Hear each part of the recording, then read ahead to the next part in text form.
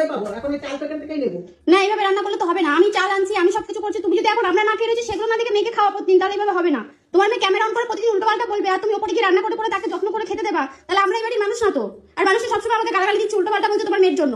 শুরু করেছে ভিডিও না, ক্যামেরা অন করে দেখাবে। আমি যদি ক্যামেরা অন করি তখন সমস্যা হয়ে যায়। আমার মেয়ে করেছে, ঠিক আছে, আমার মেয়ে করেছে, পুরো আসার থেকে অশান্তিটা শুরু করেছে করিতাম। কেন হাঁটি শুরু করে মেয়েরা কি অশান্তি তো বাড়ির ভেতর হচ্ছিল, বাইরে তো গেছিল না, তো বাইরে কে নিয়ে গেছে? তোমার মেয়ে নিয়ে গেছে। এখন কত খারাপ সেটা লোককে দেখাতে হবে তো। ভালো, তোমার মেয়েকে তুমি খাওয়াচ্ছ, বাড়ি ভাগ দেবা, সবকিছু করবা, দাও তাহলে সবকিছু করো, শুধু একজনকে কেন ভাগ দেবা? এইটুকুনি পুরো আরো 3-4 জনকে ডেকে এনে সবাইকে ভাগ দিয়ে কমপ্লিট করে দাও। না না, দেবো, পরে আবার একজন এসে বলবে আমার কাছে ভাগ দরকার, তারপর আরো 2-4 জনের করেছিলিস। তখন তো আমরা ভেবেছি লাগবেই না, কিছু নেবো না।